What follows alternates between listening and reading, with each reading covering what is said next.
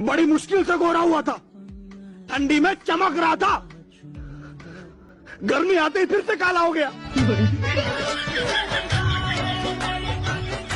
Mummy आपने licence बनवा लिया क्या? नहीं बेटा, मुझे गाड़ी चलानी कहाँ आती है। मुंह चलाना तो आता है, उसका बनवा लो।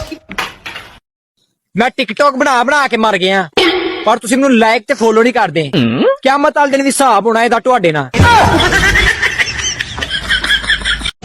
दोस्ती के सबसे बड़ा 3 नियम। दोस्त की बहन अपना बहन, दोस्त का दुश्मन अपना दुश्मन, दोस्त का माल अपना माल।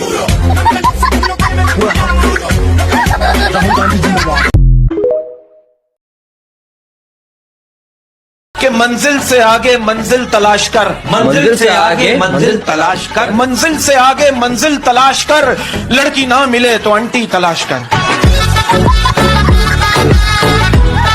अल्लामा इकबाल मरने से पहले क्या थी? अल्लामा इकबाल मरने से पहले जिंदा थी।